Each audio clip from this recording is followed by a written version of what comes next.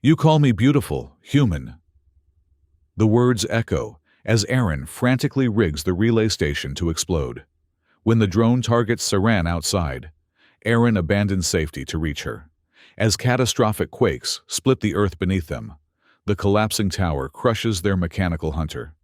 Clinging to a precarious ledge, Aaron refuses to let Saran go despite her pleas, choosing certain death together over survival alone. The silence of Station Iris 7 had become Aaron Vale's only companion. He moved through the empty corridors with practiced steps, his footfalls echoing against metal walls that had once bustled with the sounds of 200 scientists, engineers, and support staff. Now, there was only the perpetual hum of life support systems, the occasional ping of automated diagnostics, and the soft whir of his service drone following faithfully behind. "Status report, Iris Central," Aaron said to the air around him, his voice sounding unnaturally loud in the emptiness. Station integrity at 93%, replied the artificial intelligence, its feminine voice flat and emotionless. Oxygen recycling optimal. Power reserve stable. Communications array operating at reduced capacity due to solar flare activity. Aaron nodded absently as he made his way to the observation deck. It had been 3 months since the last evacuation shuttle departed, leaving him as the sole operator of this orbital outpost. 3 months of checklists and maintenance routines. 3 months of talking to machines. The observation deck offered a panoramic view of the planet below. Once, it had been called Elysium, a verdant world of sprawling forests and gleaming blue oceans. Now it was a shattered husk, its surface scarred by impact craters and shrouded in dust clouds that glowed an eerie crimson under the light of twin suns. The war had lasted only 18 days, but its aftermath would linger for centuries. Aaron pressed his palm against the reinforced glass, feeling the cold seep into his skin. He had volunteered to stay behind, to maintain the station until the salvage crews arrived. But the salvage crews never came. The corporate overlords who had invested billions in Elysium's colonization had written it off as a total loss after the Teresian assault. Too costly to recover, too dangerous to approach. Just another casualty in a border war nobody quite remembered starting. "Incoming transmission detected," Iris announced suddenly, pulling Aaron from his reverie. He frowned. "Source?" "Unknown. Signal origin, planetary surface, grid sector, E9. "That's impossible," Aaron muttered. The last survey team had confirmed no survivors remained on the surface. The atmospheric toxicity alone should have— "Playing transmission," Iris interrupted. Static filled the chamber, punctuated by bursts of garbled speech. Aaron strained to make sense of it, adjusting the console controls to clean the signal. Medical evacuation? Immediate. Commander Saran. Authorization. Vital signs critical. Requesting. Please. The voice was female, strained with urgency and pain, before dissolving back into static. "Signal lost," Iris announced. "Transmission duration, 12 seconds. Aaron stared at the console, then back at the scarred planet below. Someone was alive down there. Someone needed help. "Iris, prepare the emergency shuttle," he said, already moving toward the exit.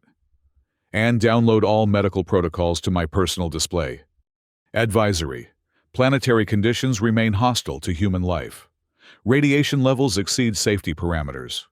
Electromagnetic storms may compromise navigation systems." "Noted," Aaron replied, his mind already racing ahead to what supplies he would need. "I'm going down anyway." The emergency shuttle was little more than a glorified escape pod, with rudimentary piloting capabilities. It shuddered violently as it penetrated Elysium's upper atmosphere, the heat shield glowing cherry red as friction superheated the exterior. Aaron white-knuckled the control yoke, sweat beading on his forehead despite the cabin's climate control. Come on, he muttered as warning indicators flashed across his display. The navigation system flickered and died as the shuttle hit a band of electromagnetic interference. Exactly as Iris had warned. Aaron swore and switched to manual controls, relying on the brief glimpses of terrain between swirling dust clouds to guide his descent. The shuttle broke through the dense atmospheric layer into a neon-dusted twilight. Below, the landscape was a nightmare of twisted metal and pulverized concrete, the remnants of what had once been a thriving colonial outpost. Aaron scanned for a suitable landing zone, finally settling on a relatively flat expanse of hardened soil about 2 kilometers from the transmission's point of origin. The landing was rough, the shuttle bouncing twice before settling onto its struts with a metallic groan. Aaron waited for the external sensors to complete their assessment. Atmosphere, toxic, but filterable. Radiation, elevated, but within temporary exposure limits. Temperature, 42 degrees Celsius. Aaron donned his environmental suit, a bulky affair designed for emergency repairs outside the station rather than planetary exploration. It would have to do. He packed a medical kit, emergency rations, and a portable scanner into a rucksack, then cycled through the airlock. The heat hit him immediately, despite his suit's cooling systems. The air was thick with dust that settled on his visor in a fine red film that he had to wipe away every few minutes. The twin suns hung low on the horizon, casting long, distorted shadows across the ruined landscape. Aaron trudged toward the coordinates of the transmission, his boots sinking into soil that crumbled like ash. All around him, the skeletal remains of buildings jutted from the ground like broken teeth. Occasionally, he passed the charred hull of a vehicle, or the twisted frame of what might have been a communications tower. There were no bodies. Whatever had happened here had left no remains to bury. The scanner led him to a cluster of impact craters, still smoking faintly at their centers. Aaron picked his way carefully around their edges, mindful of the unstable ground. The signal was strongest near the largest crater, a gaping wound in the earth nearly 20 meters across. That's when he saw it, a gleam of metal at the crater's edge that didn't match the surrounding debris.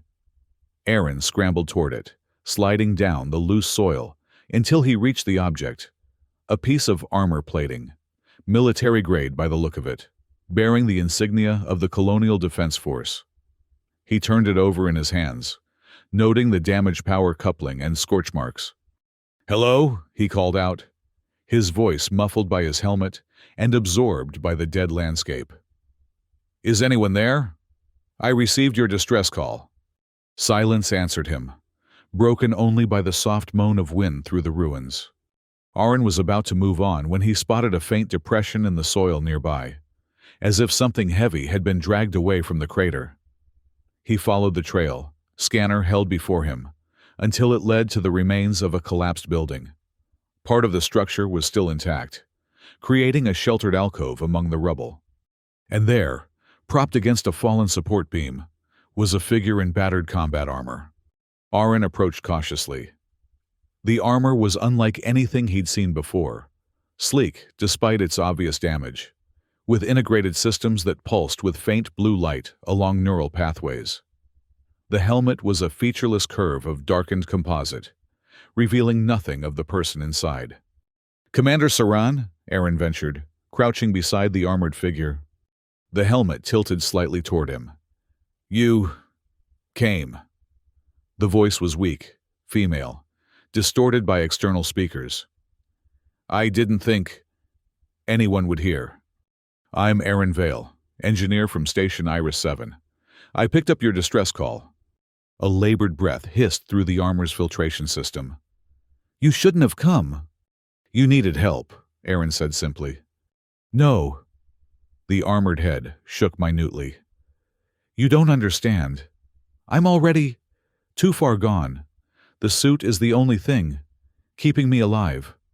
Aaron ran his scanner over the armor, frowning at the readings. The suit appeared to be more than just protection.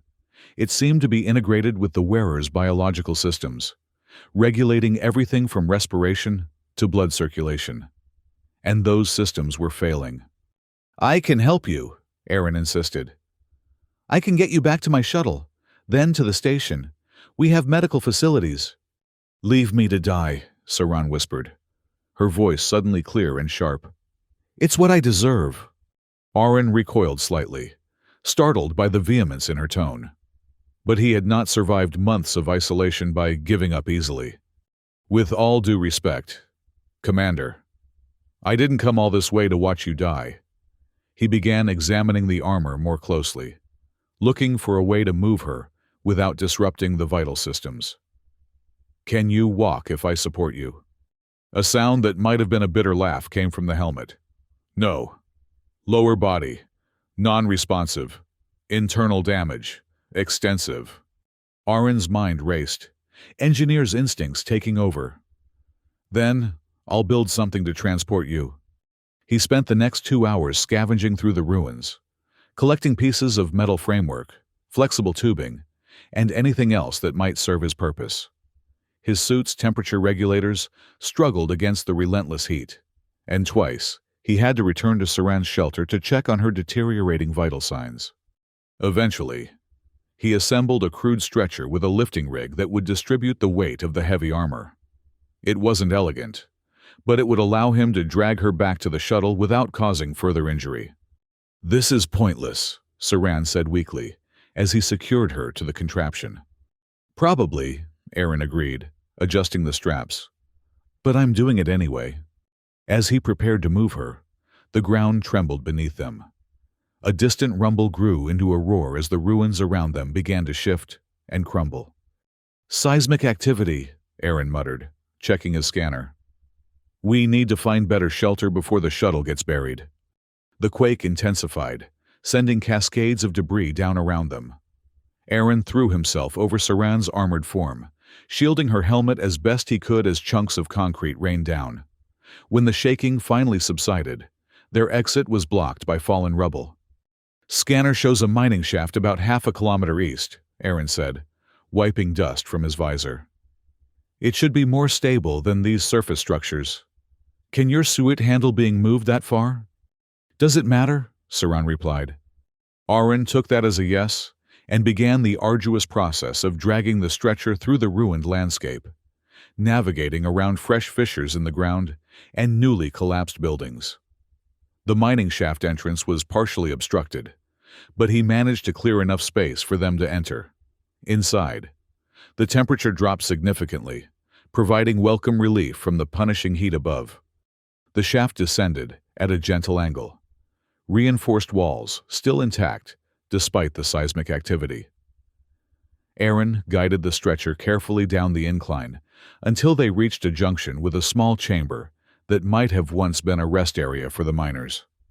He propped Saran against one wall and collapsed beside her, exhaustion finally catching up to him.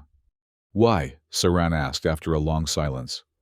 Aaron looked over at the expressionless helmet. "Why what?" "Why risk your life for a stranger?" He shrugged. "I've been alone on that station for 3 months. Maybe I just wanted the company." Another sound that might have been a laugh, though it ended in a pained gasp. Poor choice for companionship. Aaron studied the armor more carefully in the dim light of his portable lamp. Now that they were relatively safe, he could see the extent of the damage. Impact dents marred the chest plate, and several of the neural pathway lights flickered erratically. But what caught his attention were the biomonitors embedded in the suit's structure, not standard military issue, but medical technology of the highest order. "Your armor," he said carefully. "It's not just for protection, is it?" A long pause. "No. It's keeping you alive, but not just from battle wounds." It wasn't a question. The helmet turned away from him. "You're observant. For an engineer." "I specialized in biomechanical interfaces before I was assigned to Iris 7, Aaron explained. "Your suit. I've never seen integration this complex. It's practically a mobile life support unit." "It was experimental. Last hope. For soldiers like me." Aaron wanted to press further, but Saran's vital signs were fluctuating dangerously on his scanner. "You need rest. I'm going to try to stabilize these systems. Then we'll figure out how to get you to the shuttle tomorrow." He worked through the night, jury-rigging connections and rerouting power to the armor's most critical functions. Saran drifted in and out of consciousness, occasionally providing terse instructions about the suit's operation. By morning, or what passed for morning in the perpetual twilight of Elysium's dust-choked sky, he had managed to stabilize her condition somewhat. "The shuttle's too far," Aaron said as he checked his scanner, "and these seismic events are increasing in frequency. We need to find another way off this continent." "There's a communications relay," Saran said, her voice stronger than the day before. 30 kilometers north, military grade. Might still be operational." Aaron calculated their options. At their current pace, dragging the stretcher, it would take days to cover that distance. Days they might not have, given Saran's condition and the planet's increasingly hostile environment. "We'll need transportation," he decided. "I'm going to scout the ruins nearby, see if there's anything salvageable." Saran's helmet inclined slightly. "Be careful. You're not the only scavenger on this world." Aaron paused. "There are other survivors?" "Not from the colony," Saran replied. "Opportunists came after to pick the bones." With renewed caution, Aaron ventured back to the surface. The twin suns were now high overhead, turning the landscape into a shimmering mirage of heat. He kept to the shadows of ruined buildings, scanning for anything that might serve as transportation. He struck gold in what appeared to have been a maintenance depot. A rugged all-terrain vehicle sat relatively undamaged beneath a collapsed section of roof that had protected it from the worst of the elements. Its power cells were depleted, but Aaron was able to transfer energy from his shuttle's emergency beacon to get it operational. He returned to the mining shaft triumphant, only to find Saran fighting for breath, the armor's respiratory system struggling to compensate for what appeared to be a collapse in her own lung function. "Hold on," he urged, connecting his portable medical unit to the armor's interface. "I found transportation. We can reach the relay in a day if we push it." Saran could only nod weakly as Aaron administered synthetic oxygen and stimulants through the armor's medical ports. When her breathing finally stabilized, he carefully transferred her to the vehicle, securing the stretcher to the cargo bed. They set out across the blasted landscape, the vehicle bouncing over uneven terrain as Aaron navigated around obstacles and fissures. The journey took them through the remnants of what had once been a lush forest, now reduced to fields of glassed soil and blackened stumps. Acid rain began to fall, pattering against Aaron's helmet and sizzling where it struck exposed metal. "Your suit integrity?" Saran asked from behind him. "Holding," Aaron replied, though in truth the caustic rain was beginning to eat through his suit's outer layer. "How about yours?" "Designed for worse than this." They took shelter in the hollow shell of a fallen water tower as the rain intensified. Aaron used the opportunity to check Saran's vital signs and make further adjustments to her armor systems. Her condition had worsened during the journey, internal damage exacerbated by the constant movement. "We need to talk about what happens when we reach the relay," Aaron said as he worked. "Even if we can send a signal, who's going to answer? The colony was abandoned months ago." Saran was silent for so long that Aaron thought she might have lost consciousness again. Finally, she spoke. "My unit. Special operations. Protocol. In case of capture or isolation, emergency extraction. So there's someone out there listening for your signal?" "Should be." Her voice held no conviction. The rain eventually subsided, and they continued their journey across an expanse of acid-etched flats that stretched to the horizon. The vehicle's power cells were draining faster than Aaron had anticipated, and he kept a wary eye on the meter as they pushed forward.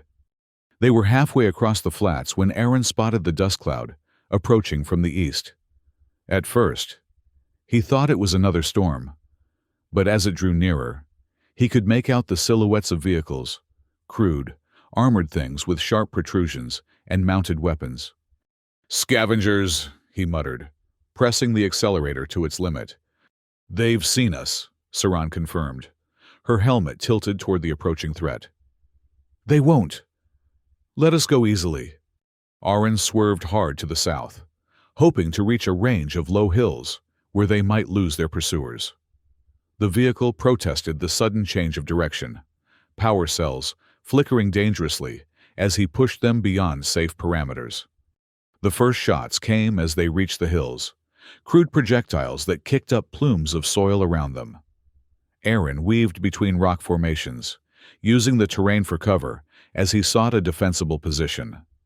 They found temporary shelter in a narrow canyon, the vehicle finally giving out as Aaron guided it behind a massive boulder. He dragged Saran's stretcher from the cargo bed and propped her against the rock face, then checked his own weapon, a standard-issue plasma cutter that doubled as a makeshift defense in emergencies. "Not much of a fighter, are you?" Saran observed. "Engineer," Aaron reminded her. "I fix things, not break them." "Give me the weapon." Aaron hesitated. "You can barely move." "Arms still work. Neural. Interface in suit. Compensates." Reluctantly, Aaron placed the plasma cutter in Saran's gauntleted hand. Despite her condition, her grip was sure, the weapon an extension of the armor itself. The scavengers approached cautiously, their vehicles forming a perimeter around the canyon entrance. Aaron counted at least 6 figures dismounting, their forms distorted by mismatched armor and breathing apparatus cobbled together from salvage. "Stay behind me," Saran instructed, her voice suddenly clearer, more commanding. The armor seemed to respond to her renewed focus, neural pathways glowing brighter as she levered herself into a seated position. The first scavenger appeared at the canyon mouth, a hulking figure wielding what appeared to be a modified mining tool. Saran's reaction was instantaneous. The plasma cutter discharged with pinpoint accuracy, striking the scavenger's weapon and causing it to explode in a shower of sparks and shrapnel. The remaining scavengers scattered for cover, but Saran had already adjusted her aim. 2 more fell to precise shots before the others retreated out of range. "They'll be back," she said matter-of-factly, "with more firepower." Aaron stared at her, suddenly seeing the soldier beneath the failing systems. "You've done this before." "Many times." The helmet turned toward him. "We need to move. There's another way out. Far side of the canyon." Aaron retrieved the stretcher, but Saran shook her head. "No time. Help me stand." "Your lower body. Armor can compensate, temporarily." Aaron positioned himself under her arm, supporting her weight as the suit whirred and clicked, mechanical assists engaging to take the strain off her damaged body. Together, they made their way deeper into the canyon, Saran directing them toward a narrow fissure barely visible in the rock face. The passage beyond was tight, forcing them to proceed single file. Aaron went first, clearing debris, then reaching back to guide Saran through the difficult sections. Her breathing grew more labored with each step, but she pushed forward with grim determination. They emerged on the far side of the hills as dusk settled over the landscape. No sign of pursuit yet, but Aaron knew the scavengers wouldn't give up easily. Not when functional technology was such a valuable commodity on this ruined world. "We need to keep moving," he said, scanning the horizon. "The relay can't be far now." Saran nodded weakly, the brief surge of strength that had allowed her to fight fading rapidly.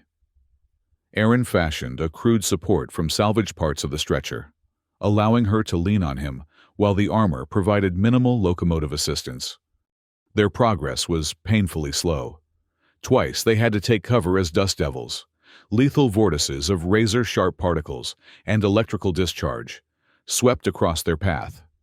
During one such delay, as they huddled in the lee of a rockfall, Saran spoke unprompted for the first time. "My name is Ree." Aaron glanced at her, surprised by the personal detail. "Just Ree?" "Ree Saran, Commander. 37th Special Tactical. He nodded. Nice to officially meet you, Commander Saran. Not much of a commander, anymore. A pause. My unit, all gone. I'm sorry. My fault, I left them. When the mission went bad. Aaron shook his head. I doubt that. You don't strike me as someone who abandons their people. You don't know me. I know you've been fighting to stay alive in conditions that would have killed most people instantly. That says something about your character. The helmet tilted toward him, expressionless yet somehow conveying skepticism. Or my cowardice. Before Aaron could respond, the ground beneath them shuddered violently. Unlike the previous seismic events, this one intensified rapidly, huge cracks opening in the earth around them. Aaron grabbed Saran's arm, pulling her away from a widening fissure. But the rock shelf they had been sheltering under began to collapse. Saran reacted with soldier's instinct, shoving Aaron clear with surprising strength as tons of rock crashed down. When the dust settled, Aaron found himself separated from her by a pile of rubble, but mercifully unharmed. "Ree!" he called, scrambling to clear the smaller rocks. "Can you hear me?" "I'm here." Her voice came from the other side of the rockfall. "Not crushed." It took nearly an hour to clear a passage large enough for her to squeeze through. When she emerged, covered in dust, Aaron could see that several of the armor's neural pathways had gone dark. Her life signs on his scanner were weaker, erratic. "We have to stop," he insisted. "You need rest." "No time." Saran gestured weakly toward the northern horizon. "Relay, close now. Can see. The tower."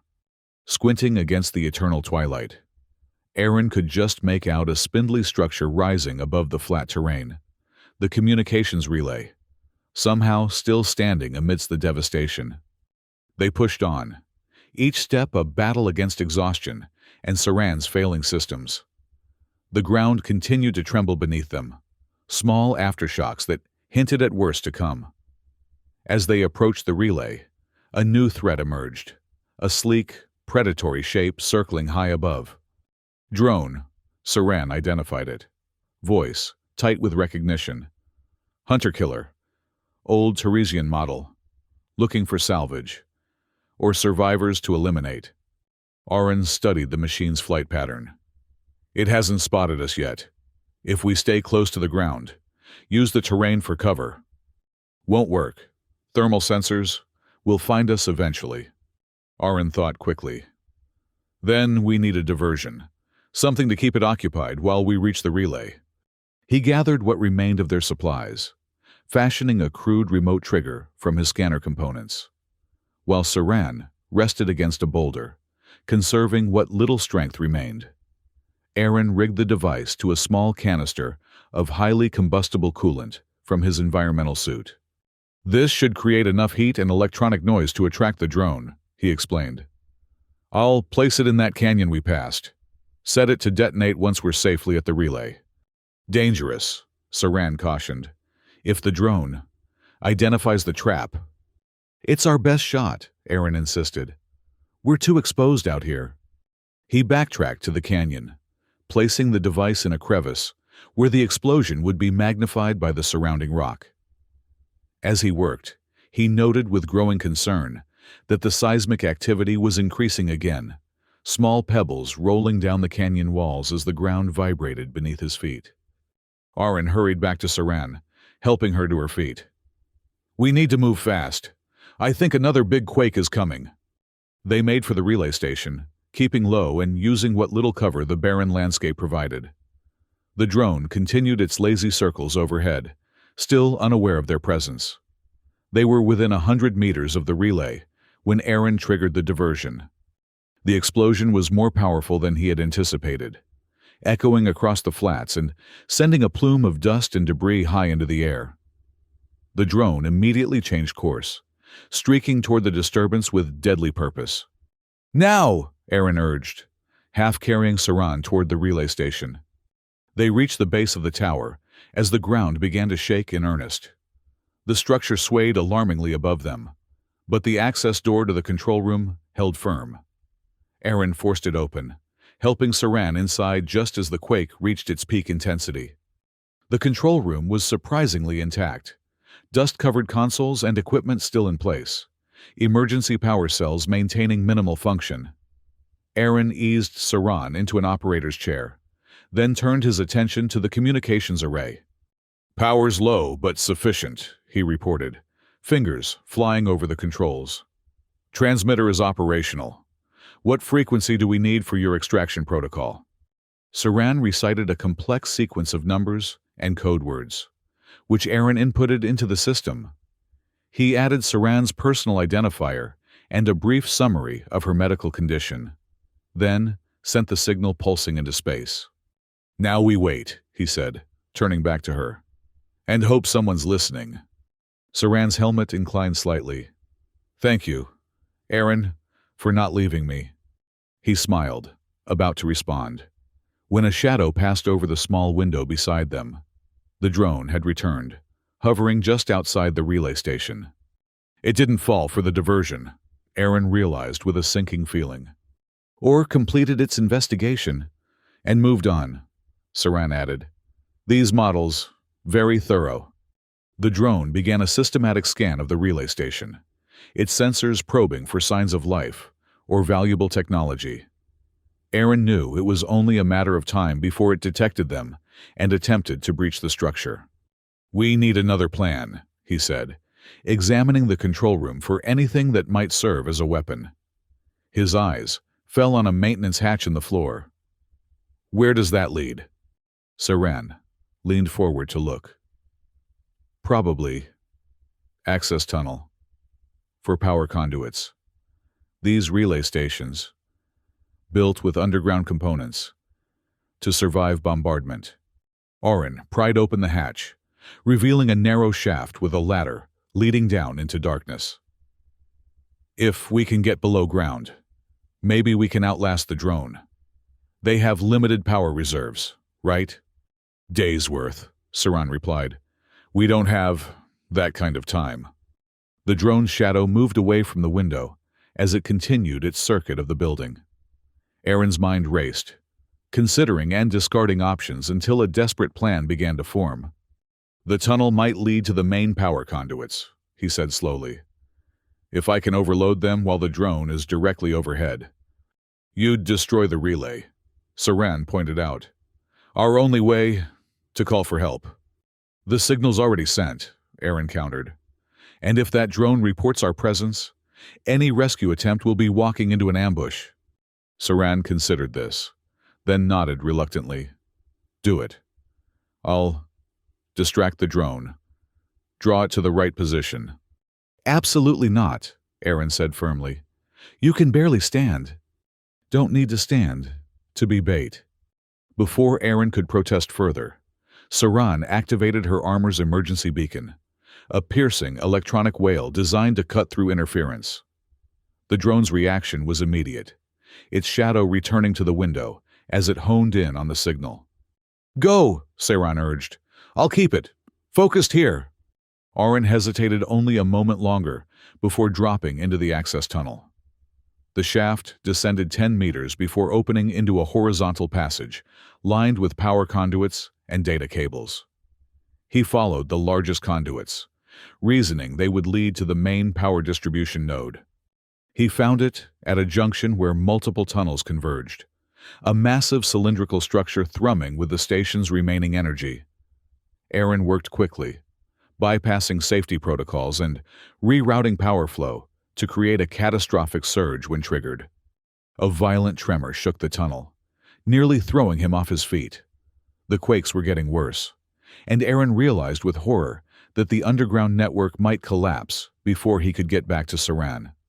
He finished the sabotage and sprinted back through the tunnel as loose soil began to rain down from the ceiling. The ladder seemed to stretch endlessly upward as he climbed, each rung bringing him closer to Saran, but also to the drone waiting above. "Rye!" he called as he emerged from the hatch. "We need to move! I've set the power core to overload." The control room was empty. Aaron's heart stopped. A faint voice came from outside, carried on the dusty wind. "Here, lured it, away from station." He rushed to the window and saw Saran sprawled on the ground 30 meters from the building. The drone hovered directly above her, a weapon port open and glowing with deadly intent. Without thinking, Aaron burst through the door and ran toward her, shouting to draw the drone's attention. The machine pivoted smoothly, targeting systems, locking onto this new threat. Aaron dived behind a chunk of debris as a pulse of energy scorched the ground where he had stood a moment before. "Get back! To the tunnel!" Saran called. "Trigger the overload!" "Not without you!" Aaron shouted back, making another dash closer to her position. The drone tracked his movement, but before it could fire again, another quake, the strongest yet, rocked the landscape. A massive fissure opened beneath the relay station, the ground splitting apart in a catastrophic chain reaction. The tower began to topple, metal screaming as support structures failed. Aaron reached Saran just as the fissure widened, threatening to swallow them both. He grabbed her armor, trying to drag her away from the expanding chasm, but the weight was too much. The edge crumbled beneath them, and they began to slide into the abyss. In desperation, Aaron reached for an exposed pipe jutting from the fissure wall, arresting their fall momentarily. The drone circled above, unable to target them in the dust cloud, but unwilling to abandon its prey. "Let me go," Saran gasped. "Save yourself." "Not happening," Aaron grunted, muscles straining to hold them both. The pipe began to bend under their combined weight. Below, Aaron could see only darkness. Above, the drone hovered like a patient vulture. Then, miracle of miracles, the relay tower finally lost its battle with gravity. It collapsed directly onto the drone, both plummeting into the fissure in a tangle of metal and machinery. Aaron pulled Saran close as debris rained down around them, shielding her helmet with his body as best he could. When the dust settled, they were wedged on a narrow ledge 20 meters below the surface. The relay station and drone were gone, disappeared into depths that Aaron couldn't see.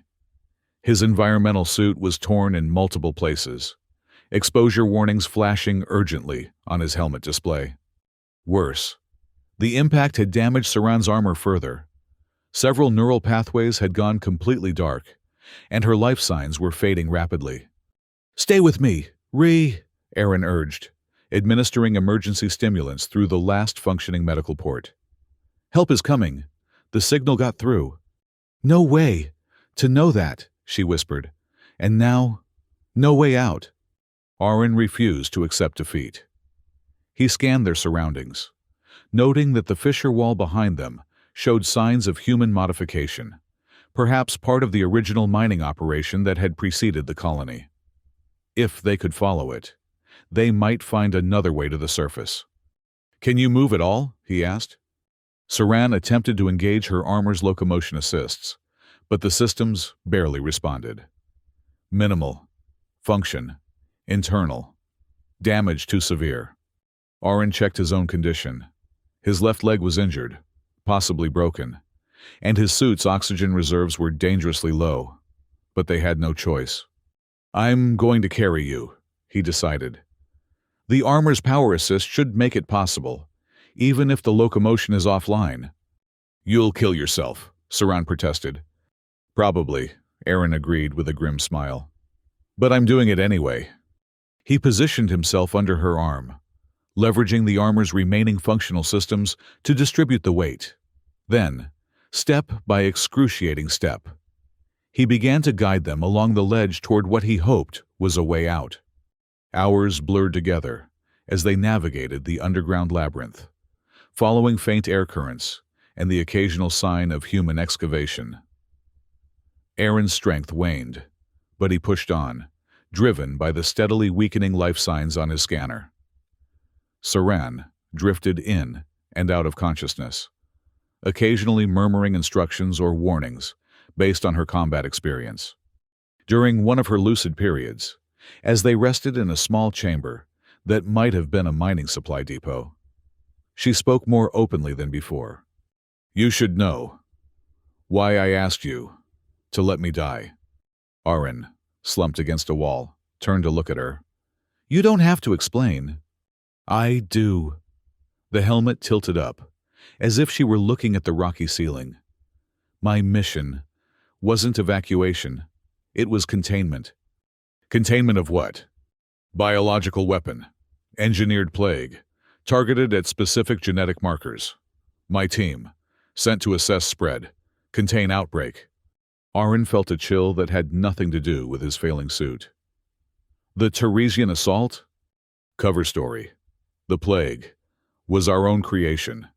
Test gone wrong. Or deliberate release. Never knew which. Your own government used biological weapons on its citizens? Aaron couldn't keep the horror from his voice. Not government. Military faction. Black operations. Deniable assets. Her breathing grew more labored. My team discovered truth. Tried to save civilians. We're infected ourselves.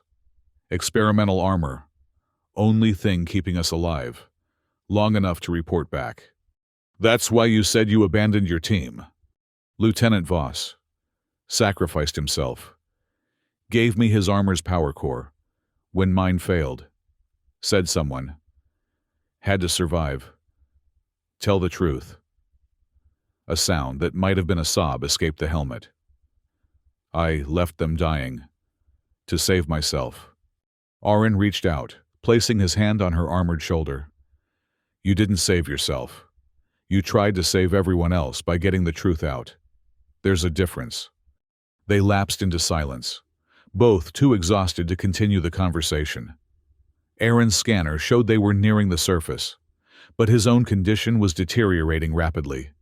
His vision blurred, and he found himself stumbling more frequently, the weight of Saran's armor becoming impossible to bear. Finally, they reached what appeared to be a maintenance shaft leading upward. Sunlight, real, unfiltered sunlight, streamed down from an opening far above. But the ladder was gone, leaving only mounting brackets in the wall. So close, Aaron whispered, leaning heavily against the wall. His legs finally gave out, and he slid to the ground. Saran's armored form collapsing beside him. You did. More than anyone could expect, Saran said softly. Thank you. For showing me. Not all humanity is lost. Aaron wanted to respond, to tell her they weren't finished yet, but consciousness was slipping away from him. His last thought before darkness took him was that at least they wouldn't die alone. He awoke to the hum of medical equipment and the sterile smell of antiseptics. For a moment, Aaron thought he was back on Station Iris 7, that the entire ordeal had been a dream. Then he tried to move and felt the restraints of a medical stabilization field. Easy there, said a calm, authoritative voice. You've got 3 broken ribs, a fractured femur, and enough toxin exposure to kill a small animal. I'd prefer you didn't undo my handiwork by thrashing about. Aaron blinked, his vision gradually focusing on a lean, silver-haired man in a military medical uniform. Doctor? Alexander Thorne, the man supplied. Chief Medical Officer, Special Operations Extraction Team. He made an adjustment to the equipment monitoring Aaron's condition. You're lucky we found you when we did. Another hour and there wouldn't have been much left to save. Memory flooded back. Right, Commander Saran. Is she... alive. For now. Dr. Thorne's expression grew grave. Though I'll be honest with you, her condition is precarious. The armor was the only thing keeping her systems functioning, and it was critically damaged in your adventure. She told me about the plague, Aaron said quietly. That it was engineered by our own military. Dr. Thorne's eyes sharpened. She told you that, did she? Interesting. He seemed to come to a decision. Then, you should know I'm not just here as part of a standard extraction.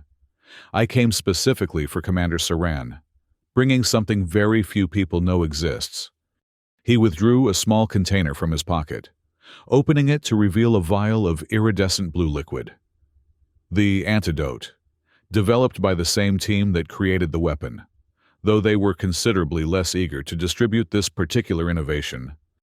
You can cure her. Possibly. The disease has progressed further than in our previous test cases, and her physical trauma complicates matters. Thorne closed the container carefully. But yes, there's a chance. Aaron struggled against the stabilization field. I want to see her. Dr. Thorne considered him for a moment, then nodded. I suppose you've earned that much, but only for a few minutes. You both need rest. He deactivated the field and helped Aaron into a portable mobility chair. As they moved through what Aaron now recognized as a military medical transport, Thorne explained that the extraction team had received Saran's signal and tracked it to the relay station. Finding it destroyed, they had deployed ground-penetrating sensors and located the two of them in the mining tunnels below. It was quite the extraction operation, Thorne said with grudging admiration. Our team commander said it was like pulling teeth from a nested serpent. The planet's breaking apart underneath us even as we speak. They entered a sealed chamber at the rear of the transport. Inside, Saran's armor lay on a medical platform, connected to an array of sophisticated equipment. The neural pathways that had once pulsed with blue light were now mostly dark, only a few still flickering weakly near the core systems. Can you remove the armor? Aaron asked. Now that you have the antidote. That's the plan, Thorne confirmed. But it's a delicate procedure. The interface between the suit and her nervous system has become integrated over time. Removing it improperly could cause permanent damage. Aaron moved closer to the armor, reaching out to touch the helmet.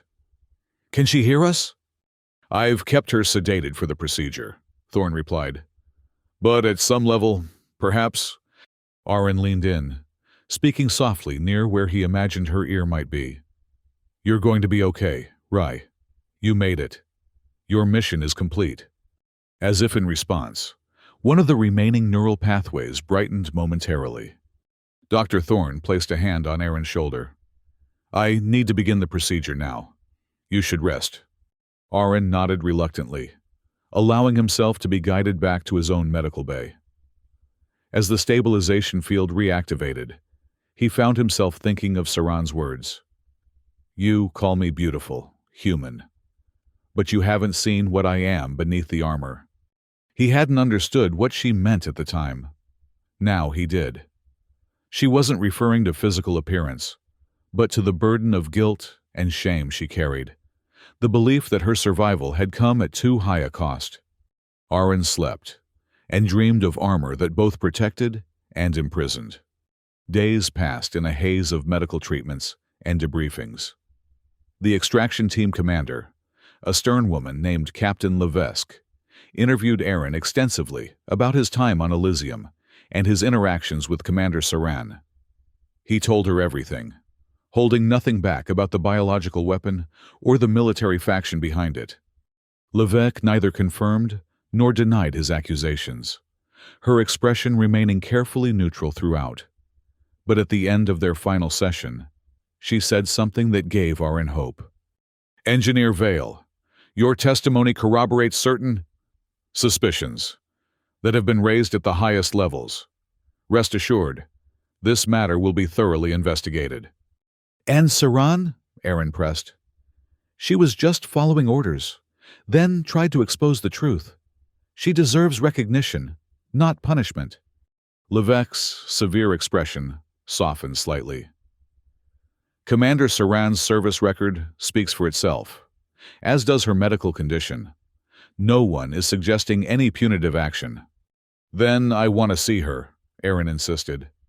I've been asking Dr. Thorne for days. That's not my decision to make, Levesque replied. But I'll speak with the medical team. The next morning, Dr. Thorne himself arrived to escort Aaron, now able to walk with assistance, to a different section of the medical transport. This area was designed for recovery rather than emergency treatment, with softer lighting and more comfortable furnishings. She's still weak, Thorne cautioned as they approached a private room.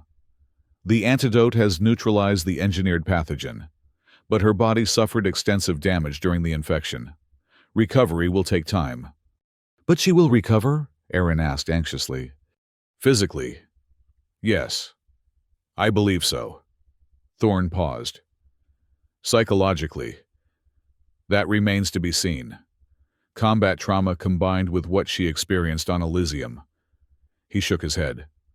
Just don't expect too much from this first meeting. The door slid open, revealing a sunlit room with a large viewport, showing the stars beyond. A figure sat in a chair facing the view, wrapped in a medical robe.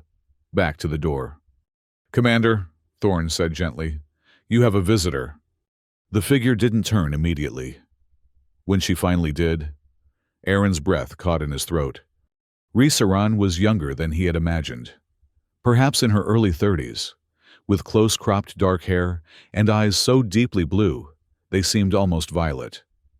Her face was gaunt, cheekbones prominent under pale skin, and a latticework of fading scars, remnants of the plague, traced patterns across her neck and what he could see of her shoulders.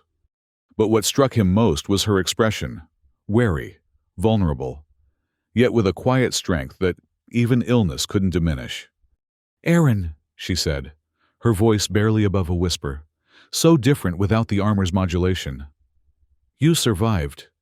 He moved closer, suddenly unsure what to say after everything they had been through. So did you. Dr. Thorne discreetly withdrew, leaving them alone.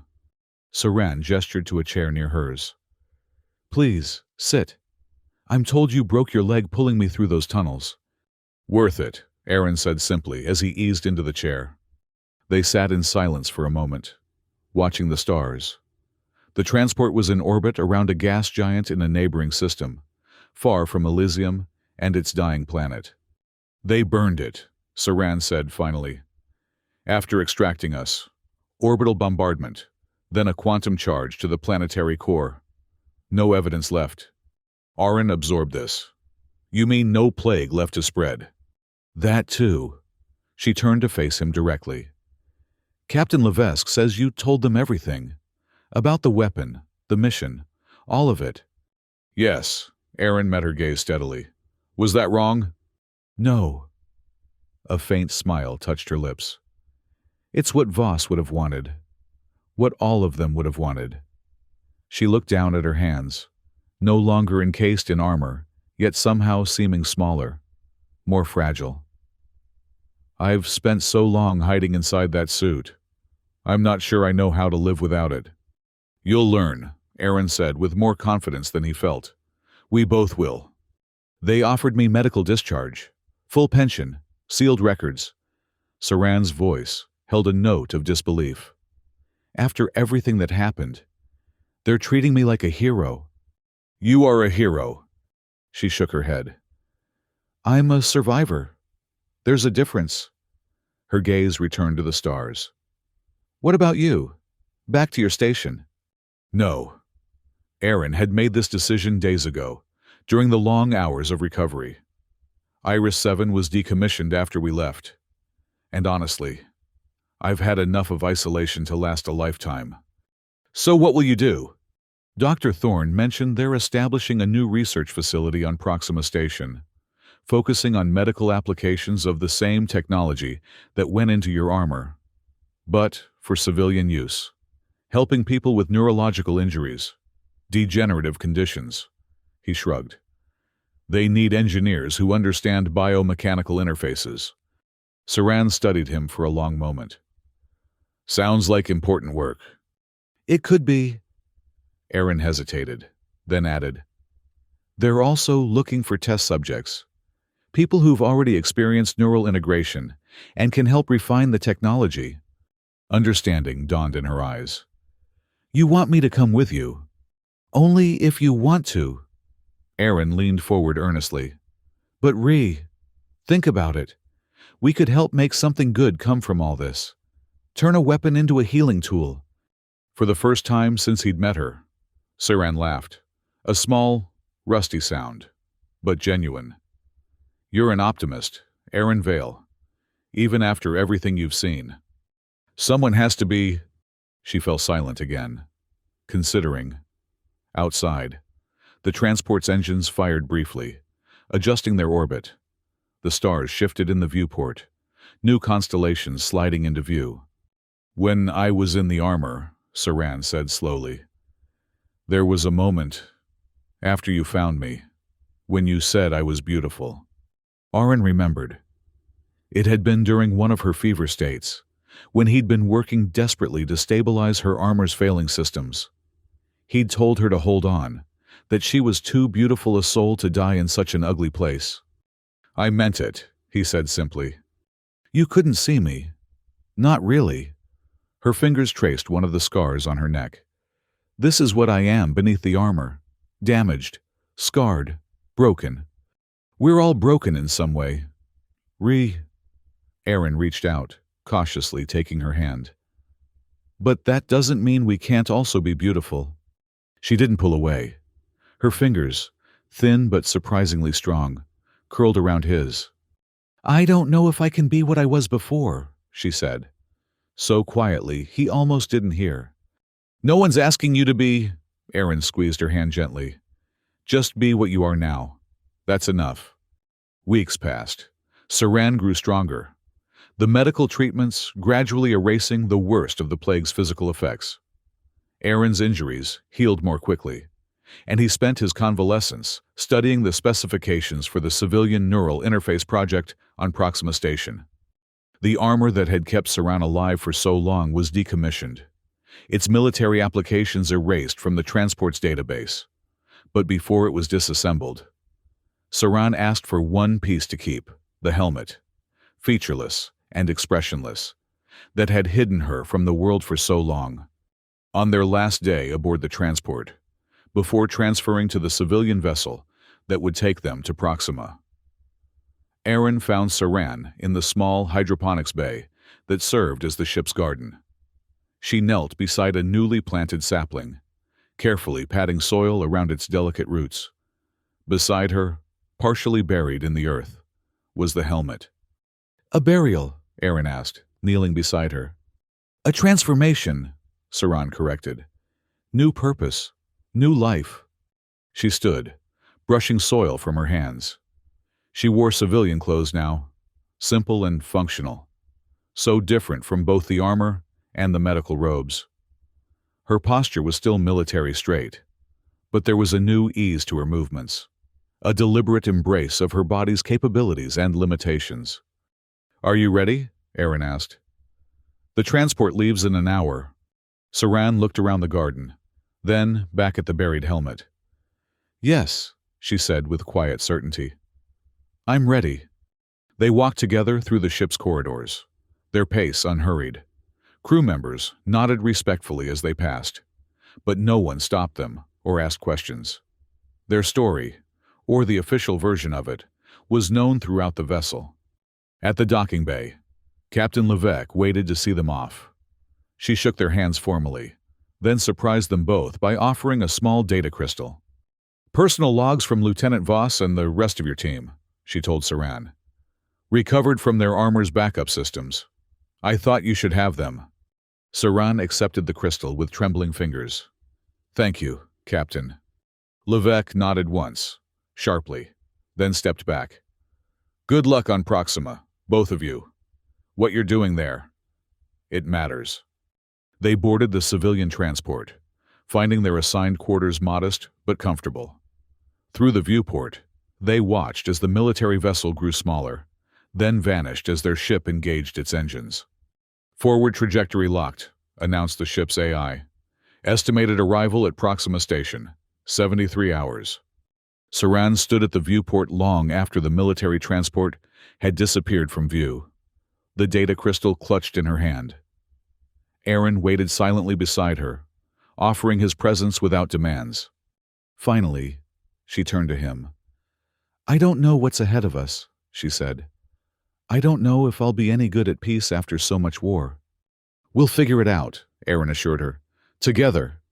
Saran smiled, a real smile that reached her eyes, transforming her face. Forward, she agreed, slipping her hand into his. Together. And as the stars streamed past, carrying them toward an uncertain future, Aaron thought that perhaps this was what healing truly looked like. Not the absence of scars, but the courage to move beyond them. Not forgetting the past, but refusing to be imprisoned by it. Like a sapling growing from buried armor, finding life where only death had been before.